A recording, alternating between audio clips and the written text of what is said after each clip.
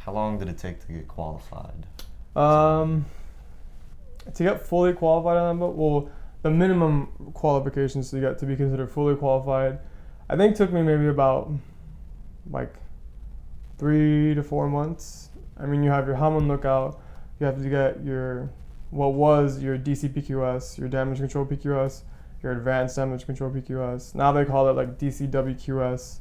So that's just basic firefighting knowledge, shipboard knowledge in the event of an emergency. So it's required to get these qualifications on every cutter in the Coast Guard. You learn how to use fire hoses, how to combat fires, toxic gas, first aid, CPR, battle dress, things like that. So that everyone had to get qualified now, from like the newest reported member to the captain. So there's probably going to be a lot of people that are going to be graduating boot camp and ending up on a boat. There might be a lot of people that are like really homesick. Is that something that you felt? Yeah, definitely. When I first joined, homesick. I mean, I came from Miami all the way to San Diego, and then I was underway for months at a time. Like, I was never left my house like that before. So yeah, homesick was definitely a thing. And you have to sleep on the boat. You eat with the same people. You're with the same crew for months. Yep, and correct. when you get to a port, you're with them for months. Yeah. When you come back home to San Diego, you're with them. Yeah, I mean, you see them every day at work. As a non-rate, you sleep in the barracks. So you'll have a roommate that's either on the same boat as you or on a different Coast Guard cutter. Do you ever get like any personal time just for yourself? Yeah, I mean, underway, that's harder. I mean, you can find a place to be by yourself somewhere in the boat. You hang out on deck alone, or go to the gym by yourself. If the lounge is empty, you can do that by yourself. Sometimes your alone time's in the shower, and that's really the only option you have. Obviously, when you're back in home port, you can be alone. That's easier to get alone time there, and we all need our alone time. After spending so much time with the same people, you either learn to love them or you can't stand them. Did you ever feel like real stressed out or like pressured, like that you always had to be doing something, or like people were always watching you? Yeah, on the 378, yeah. That it's just the different climate of the command, the different climate of the mission itself. The mission is not gonna say it's more important than the mission I was doing as a petty officer, but it's just a very different mission. So you just have to be on your toes constantly, because the mission in San Diego could happen at any given moment, whereas the mission in Seattle on the Polar Star was 1 month long, and everything else was not. There wasn't that same mission the whole time, whereas it was on the 378. The 378, I remember making pipes at 3 o'clock in the morning. You have to set the boat loading detail, and when you set that, everyone has to be on deck in 2 minutes, ready to go. So waking up from a dead sleep to have to be out on deck in 2 minutes, dressed with a PFD hard hat and glasses, and having the boat in the water, that can be stressful. But I mean, once you're there long enough, you get used to it and it becomes a habit, and it doesn't become as stressful. It just becomes exhausting. How long were people usually on the boat Before they left? Before they left. Well, when I was there 6 years ago, all the rates were much longer waits than they are now.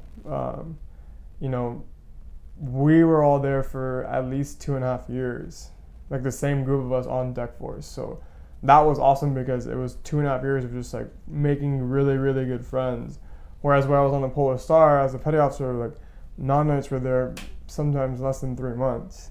Some of them, depending on the rates, like MST or PA, which have always been a couple year waits, like those would be there longer. But when I was waiting for bosun mate, that was a 1.5 year wait to be a bosun mate. Now it's like your name is on the list and you get orders the next day and you leave.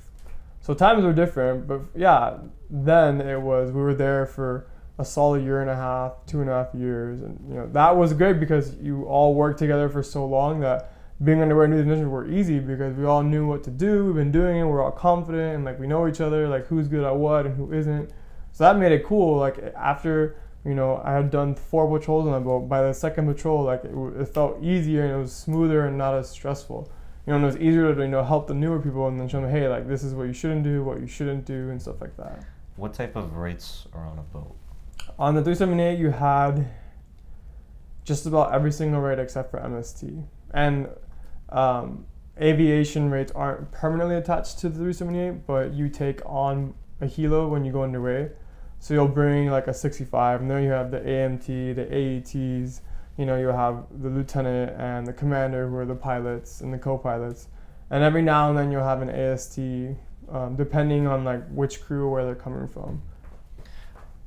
So for a 378, it's pretty easy to be able to shadow different rates, because I know that for like a land unit where we're at, it's really easy to get connected to different rates, MSTs, PAs, different things like that. But when you're on a boat, you're limited to the crew that's on there. So people that are graduating boot camp and maybe they want to go AMT or something, can they shadow these different rates? Yes, as long as your command is okay with it. You know, when we were home port, so you're able to go to the sector and work with it. In San Diego, there was an air station there, so we had friends that wanted to go AST or AMT that, you know, they would have to go on their own time to go to the air station and work with them. Or, you know, they want to do workouts with them or see what they do for a day or two. Like, that was totally feasible, but, you know, like I said, your command has to approve of it, and your supervisors have to be okay with that, and you can't like miss, you know, major amounts of work or like be behind on your qualifications and things like that.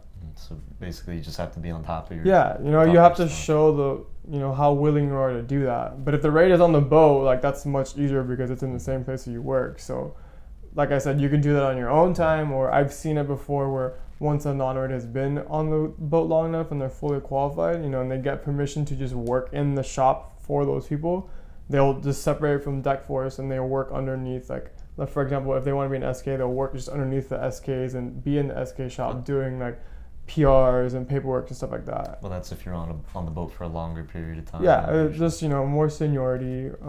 Back in the day when you can strike a lot of rates, or when you could strike period, like that's a perfect example. You would just strike the rate and you would just work underneath those rates until you made rank. I think one big question for a lot of people is, can you play video games on the boat? Yeah, TVs and video games are a huge thing. Again, you just have to be fully qualified, but hobbies, reading books, playing video games, painting, going to the gym. Is there Wi-Fi? No, the Wi-Fi is not allowed. You know, some cutters get away with having like an internal wireless system. It's not Wi-Fi, but it's just, you know, they are able to hook up a bunch of wireless links to the Xboxes and have tournaments in different berthing areas, or just within the same berthing area. But yeah, video games, like, everyone has video games. So what's the longest period of time that you would go without talking to family or anything? Honestly, no more than a day. I mean, if the internet goes down, like the server breaks, like maybe a couple days at the most, on the 378 at least. But yeah, you have your work email and stuff like that, so you can keep in contact like that. You don't have like personal email, Facebook, social media, and things like that, because OPSEC is important on that kind of mission. And that's just like security clearance. Yeah, operations security. So it's just basically you want to protect the information that's classified or top secret or just secret to us, so that way, you know, foreign entities don't intercept it. You know, you don't want to be posting on Facebook pictures of the engine room or pictures of the boat or telling people where we're at, because they can track us, and that, you know, that's how a terrorist attack can happen or things like that, etc. What was the best experience being on the boat as a non-rate? I mean, the best experience to me was, you know, I won't forget a mission that we had. It was on Thanksgiving Day, I believe, like my second patrol in, and we had a huge drug bust. You know, we came across a large fishing vessel that was smuggling a lot of cocaine. And, you know, we intercepted it and we removed the cocaine from their boat and we have to unload it to our boat. So just like, you know, knowing that we just stopped like this drug smuggler from smuggling like all this cocaine in the United States, you know, holding a bale of cocaine in your hand, like passing it in a line to the flight deck, was just a really cool experience that I never thought I would do. It just felt like, you know, like, wow, we did something like important and, you know, worth remembering that was, you know, could change lives and save lives in that sense. And what was the worst experience being on the boat? I mean, the worst experience, I think, is just, you know, working with people that suck, people that, you know, that don't respect you or don't understand you and just are just not fun to be around. Like, negative people, I think, is the worst part about being on a boat. Just people that choose to just hate life and hate everything about being on a boat. And it's so, what's the word I'm trying to say? it's so easy to spread that negativity around and catch that because you're always around each other in a confined space. So I think that's the worst part for me. Everything else, like, you know, it can be bad, but it could be worse. There could be worse things you'd be doing in the world. So what would you say for the people that are getting out of boot camp and they really didn't want to get a boat, but they end up getting a boat? Sorry.